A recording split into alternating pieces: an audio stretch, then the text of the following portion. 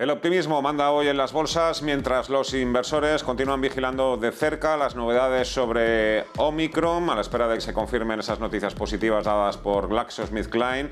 A medida que se aproximan también las reuniones de los bancos centrales, Banco Central Europeo, Reserva Federal y Banco de Inglaterra, y la inflación podría volver a desplazar a la pandemia como el principal riesgo para las carteras en 2022 por su efecto sobre el crecimiento y los márgenes empresariales, los beneficios de las compañías. Si todo el asunto de Omicron acaba siendo una falsa alarma, confiemos en ello, los bancos centrales volverán a centrar sus esfuerzos ¿en qué? Pues en la lucha contra la inflación. Esa es la principal prioridad y eso nos va a dar sin duda muchas tardes de emoción, además de ofrecer un interesante duelo entre las acciones de valor y las de crecimiento. Abrimos Momentum de la economía y los mercados. Daniel Sancho es responsable de inversiones en Mafre Gestión Patrimonial, MGP. Hola Daniel, ¿qué tal? ¿Cómo estás? Pues la verdad es que mejor, porque entran menos llamadas y se puede adelantar trabajo que siempre es complicado hacer otros días. Así que siempre hay que verlo con optimismo. Se llega pronto además al trabajo, uno se libra de los atascos y además hoy tenemos un día bastante saludable en los mercados. Parece que empezamos de verdad a perder el miedo a esta nueva variante Omicron. Sí, parece que hemos venido los buenos a trabajar, ¿no? Que parece que estamos empujando el mercado. Bueno, no, fuera de bromas, la verdad es que sí que es verdad que el tono de mercado es algo mejor, pero bueno, tampoco nos tenemos que confiar. Al final hay que entender que pues eso, la volatilidad yo creo que ha venido para quedarse. No hay duda que los mercados nos están dando señales, un día unas señales, otro día otras señales, y lo que tenemos que entender es en cada activo que analizamos, ¿no? Lo que es la parte de la renta variable. Pues la semana pasada datos sin mucho fundamento, al final eran datos de Omicron, pero no estaban testados, no teníamos muy claro la visibilidad que podía tener, nos movimos muy por, vamos a decir, frases que podían decir el CEO de Moderna, el CEO que decía de Pfizer, el mercado se asustó rápidamente. Hoy es lo contrario, hoy parece que GlaxoSmithKline pues ha dado algún titular algo más positivo, parece que de Sudáfrica están llegando noticias algo mejores, pero bueno, vuelvo a decir la parte de entender bien el activo en el que estamos, ¿de acuerdo? La renta variable, como bien hablamos en todas las ocasiones, es un activo de riesgo, es un activo que hay que mirar a largo plazo y hay que intentar ausentarse del ruido del corto plazo, ¿no? Por otro lado, quizás sí que sea algo más, pues que la gente a lo mejor nos fijamos menos, ¿no? La parte de la renta fija. En la renta fija, en lo que son los bonos tanto de Alemania, que sería pues la parte que nos fijamos aquí en Europa o en Estados Unidos, la deuda pública estadounidense, ahí sí que de verdad está habiendo pues ciertos mensajes algo más profundos, ¿no? Sobre todo en 2 años de la deuda pública de Estados Unidos pues está subiendo con fuerza, no le afectó el movimiento, vamos a decir, del Omicron, sigue pensando que la subida de tipos y que la Fed va a empezar a retirar estímulos antes de lo que podíamos imaginarnos hace unos meses y además esto sí que Powell y sus compañeros de la Fed sí que lo están dejando claro, ¿no? Que parece que sí que la retirada va a ser algo más, vamos a decir, no virulenta, pero algo más rápida de lo que nos podíamos imaginar. Luego está la parte del largo plazo, ¿no? En el largo plazo, lo que es la deuda pública a 10 años y el 30 años, aquí sí que ha habido una corrección bastante profunda con los datos de Omicron con la rumorología de Omicron, y esto pues nos viene a decir de que el mercado quizá no se acaba de creer el crecimiento que estamos viendo. Está claro que lo que es el aplanamiento de la curva pues ha sido muy, muy brusco. Estamos en mínimos de hace bastante tiempo y por tanto ahí sí que podríamos ver ciertos ajustes, porque que haya tan poca diferencia entre la parte corta de la curva y la parte larga, pues no es hasta cierto punto normal. Entonces, bueno, ahí sí que puede haber cierto riesgo para los perfiles que inviertan en renta fija, ya que puede haber algo de riesgo al alza en la deuda pública estadounidense, sobre todo en el 10 años. Javier García, director de Belaria Inversores. Muy buenas tardes, Javier. Fernando, ¿qué tal? ¿Cómo estás? Aquí estamos comentando un poco la jugada del día con Daniel. Bueno, ya también un poco ampliando también un poco nuestro horizonte de inversión con vistas sobre todo al medio y largo plazo. ¿A ti qué te parece todo lo que se está contando hoy con ese nuevo catalizador que ha aparecido ahí, GlaxoSmithKline, contando un poco que su tratamiento de anticuerpos es eficaz contra las variantes del nuevo virus y bueno, todo el debate, ¿no?, que vamos a ir arrastrando a lo largo de esta semana con el tema de la inflación, porque no olvidemos que el próximo viernes se publica un dato fundamental, ¿no?, clave para las decisiones que tengan que tomar los bancos centrales de ahora en adelante. Bueno, el tema de Omicron, la verdad que la información por el momento es muy opaca porque no hay todavía información clara, o sea, no hay datos específicos de cómo está evolucionando toda esta parte, ¿no? Sí es cierto que se está hablando, fíjate, la Organización Mundial de la Salud dice que la variante es preocupante, pero en Estados Unidos hace unas horas decía Anthony, el epidemiólogo de la Casa Blanca, ¿no?, decía que la verdad que parecía que las consecuencias que estaban generando el Omicron eran mucho más pequeñas o reducidas de lo que era la variable Delta. Lo que pasa que al final se habla mucho, ¿no? Y incluso querían quitar las restricciones entre África y Estados Unidos, lo cual la ONU ha criticado un poco, ¿no? Lo que quiere decir que, parece ser que Omicron, respecto a lo que está diciendo la Casa Blanca, no es tan perjudicial como lo que se estaba diciendo en el inicio, ¿no? Hasta que no pasen unos días y tengamos datos específicos de Pfizer o Moderna, yo creo que no podemos empezar a tomar decisiones. Por el momento ya vemos que por un lado nos dicen una cosa, por otro lado nos dicen otra. Creo que hay que esperar y ver datos específicos. Por el momento se piensa que, se dice que, tenemos algunas razones pero al final no son datos concretos. Hasta que no los tengamos no podemos decir nada, ¿no? El tema de la inflación es un tema súper interesante, que ya estamos viendo durante los últimos meses. Respecto a lo que diga un poco la Reserva Federal, yo creo que ya han perdido un poquito la credibilidad, ¿no? Nosotros, cuando veíamos un poco el M2 al inicio cuando comenzaba la pandemia, ¿no?, que subió un 27% en apenas unos meses, nosotros tenemos el estudio desde el año 1960 del M2, que son los depósitos, efectivos, cuentas corrientes, cómo evoluciona el M2 y cómo evoluciona la inflación después, ¿no? La relación que tiene el M2 y la inflación es perfecta. O sea, generalmente cuando el M2 sube, después sube la inflación. Lo que ha pasado hace unos meses, ¿no?, cuando la inflación estaba en el 2% en Estados Unidos, fue que el M2 subió un 27% y todavía no habíamos visto que la inflación empezaba a subir, ¿no? Aún así, la Reserva Federal decía que iba a estar alrededor del 2, del 3%. Fíjate que ya estamos en el 6,2%, en España el 5,4%, si no me equivoco.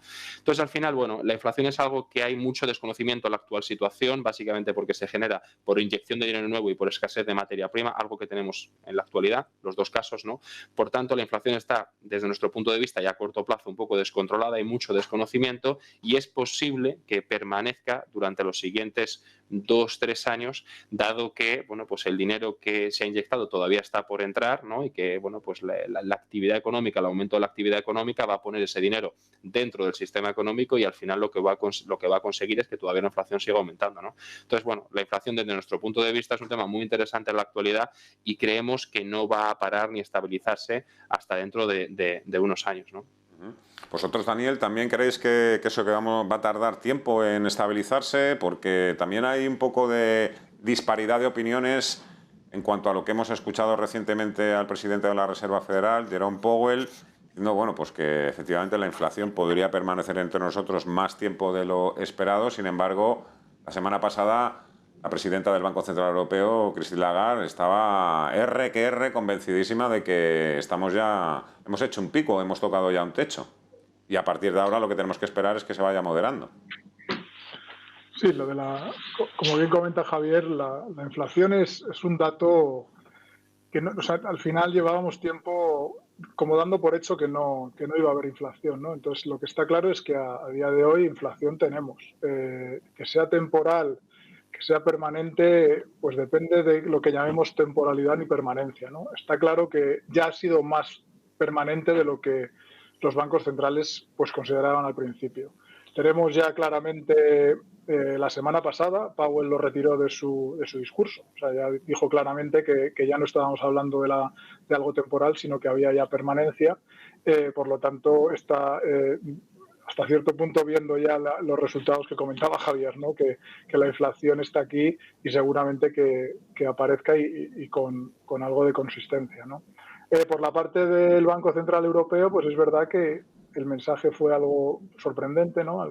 Utilizó la palabra bache, como diciendo que estamos arriba y que todos los baches pues luego como que se curan, ¿no? O que ya que terminan. Pero bueno, esto es lo peligroso. Esto es lo peligroso de esto y del discurso, ¿no?, de los bancos centrales, es sobre todo que el mercado está muy atento a todo esto. Entonces, nosotros aquí en Mapfre sí que lo vemos como un riesgo importante, el tema de que los bancos centrales no le estén dando la importancia que deberían darle, ¿no?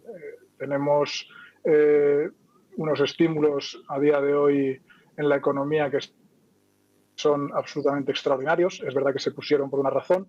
Esa razón es verdad que de una manera u otra sigue, pero la economía ya está creciendo. Hay muchas variables macroeconómicas que nos explican que quizá ciertos los estímulos que están a día de hoy en el mercado, pues probablemente no sean tan necesarios. Entonces, claro, en este sentido, hay que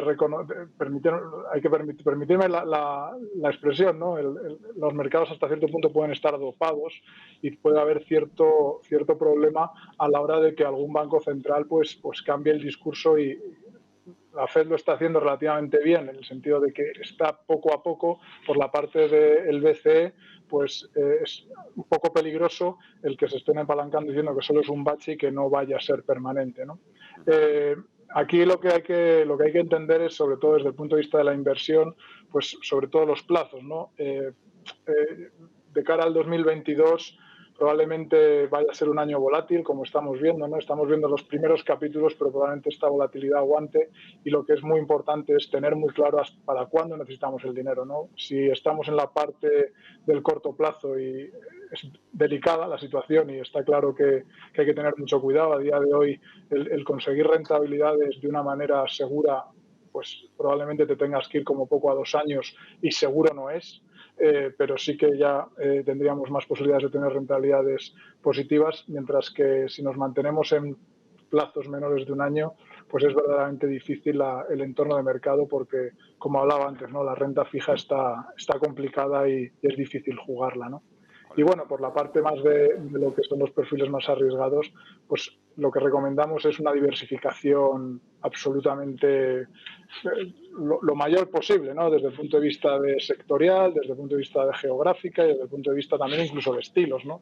El tema del value growth, pues consideramos que hay que tener todo en la cartera porque hacia dónde vamos es verdaderamente difícil saber hacia dónde vamos, hablando de los mercados de renta variable. Entonces, lo mejor es tener bien repartidos los riesgos de cara a conseguir una rentabilidad positiva en el largo plazo y tratando de minimizar lo más que se pueda la volatilidad.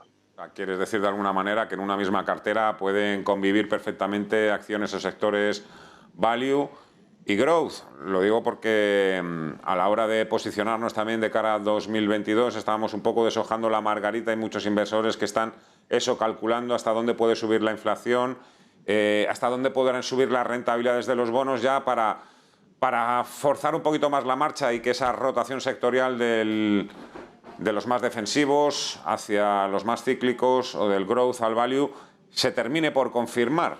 Daniel. Sí, o sea, aquí hay ciertas relaciones en el mercado que ya casi damos por hecho, ¿no? Que es que cuando suben los tipos de interés, como que los sectores más que se han comportado mejor, ¿no? Lo que son la tecnológica, sobre todo, se ve la relación muy clara, o los sectores que se vinculan más con el growth. Cuando suben los tipos de interés más a largo plazo, ¿de acuerdo? Sí que se nota que corrigen y se comportan. Esto no es otra cosa que, al final, el descuento de flujos, si lo descuentas a un tipo mayor, pues claro, la valoración va a caer, ¿no? Entonces, en ese sentido es una relación, pero que nosotros entendemos que hay que tener mucho cuidado con estas relaciones. Al final, el diferenciar growth y value, es verdad que el mercado lo está diferenciando de una manera muy clara, pero dentro del growth y dentro del value puedes encontrarte empresas, ¿no? Tenemos, por ejemplo, el caso de Alphabet. El caso de Alphabet, si tú lo ves en portfolios dentro de fondos de inversión, en carteras, hay carteras que de growth, claramente growth, que lo tienen, y carteras claramente value que lo tienen.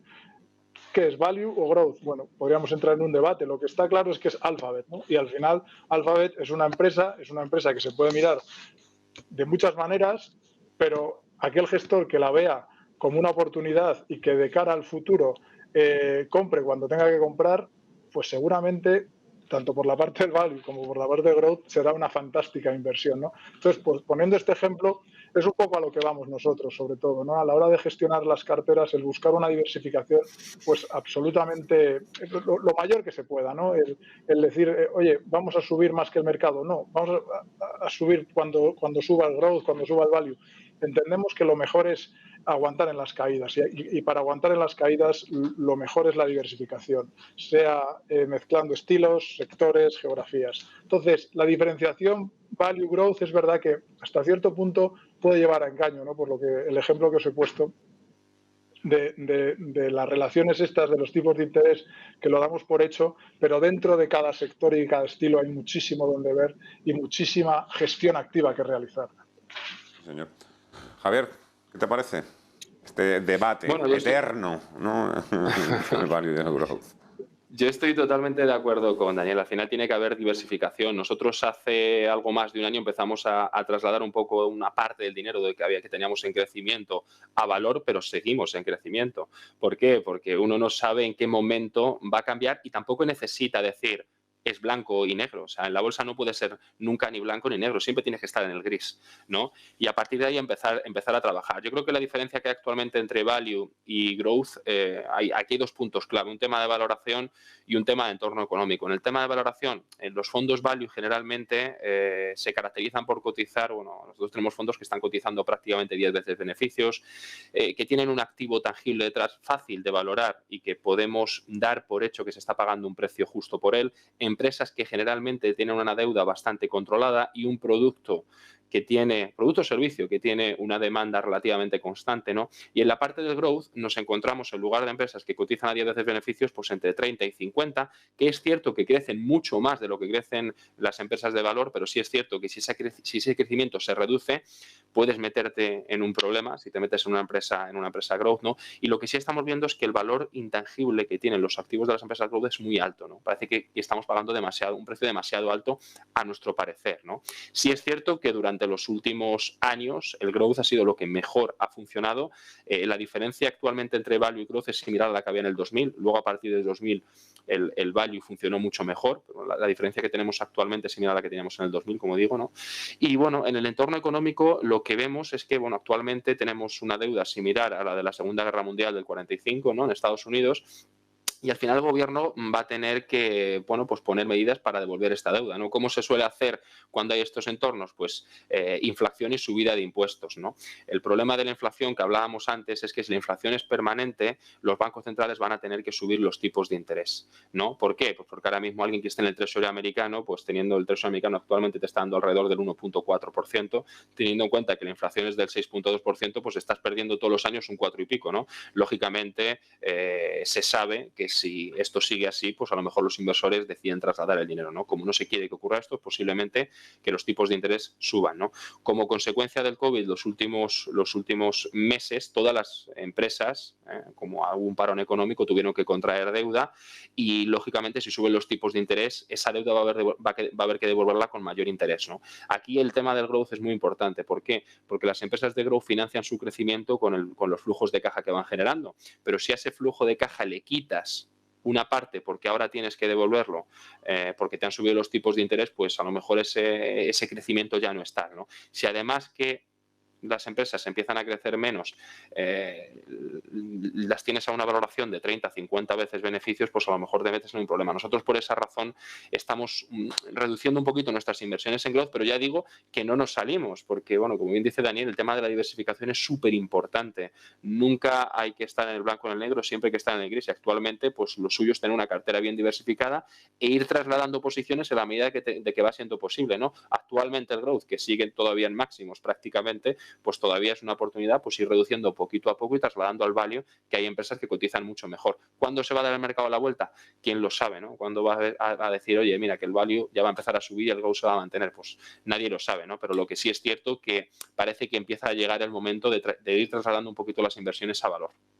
Voy a cambiaros de tercio, vamos a hablar de criptoactivos, criptodivisas, a ver si también ¿Pensáis que aquí tampoco debería existir esa polarización, como habéis hablado en tema Value Growth? Lo digo porque, bueno, ahí está el debate de siempre sobre si los criptoactivos, Bitcoin y compañía, pueden considerarse activos refugio, por ejemplo, contra la inflación, un entorno macroeconómico incierto, o activos de riesgo a la enésima potencia, en el sentido de todo lo que ha sucedido este fin de semana, con este fin de semana tan loco y esta masacre que ha habido en las criptodivisas. ¿Activo refugio o activo de alto riesgo? Javier.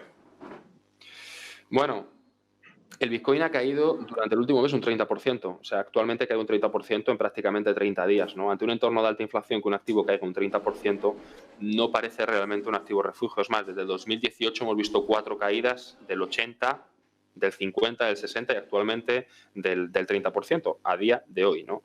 Entonces, el Bitcoin a nosotros no nos parece un activo refugio, porque hay mucha incertidumbre. La gente no sabe si Bitcoin vale 60.000, vale 10, vale 1 o vale 5. Realmente nadie lo sabe, ¿no? Por esa razón es complejo, ¿no? Nosotros vemos activo refugio como el oro, y lo vemos porque, bueno, por razones económicas y razones de historia. El oro lleva estudiándose 6.000 años, ha sido base de la política monetaria desde el año 1870 hasta el 1970, que termina el patrón oro. Se utiliza, digamos, existe, digamos, ese refrán, ¿no? Esto vale oro. Yo todavía no he escuchado a nadie decir esto vale Bitcoin, ¿eh?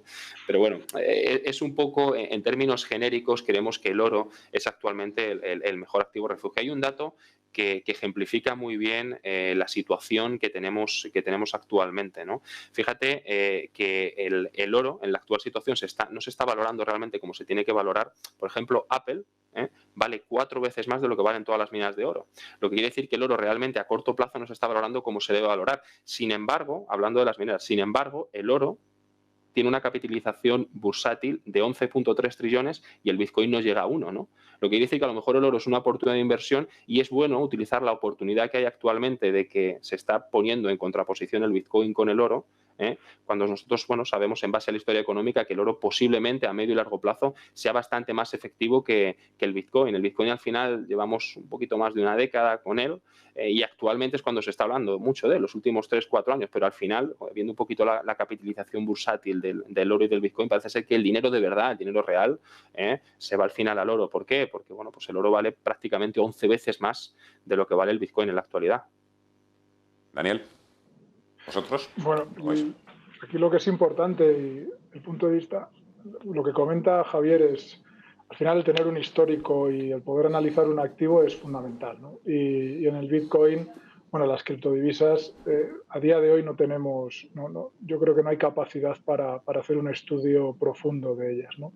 El problema, nosotros no lo recomendamos, y de hecho en las carteras es lo último que nos planteamos, y por supuesto nunca lo vamos a recomendar, pues porque para nosotros una máxima es entender el activo donde se invierte, ¿no?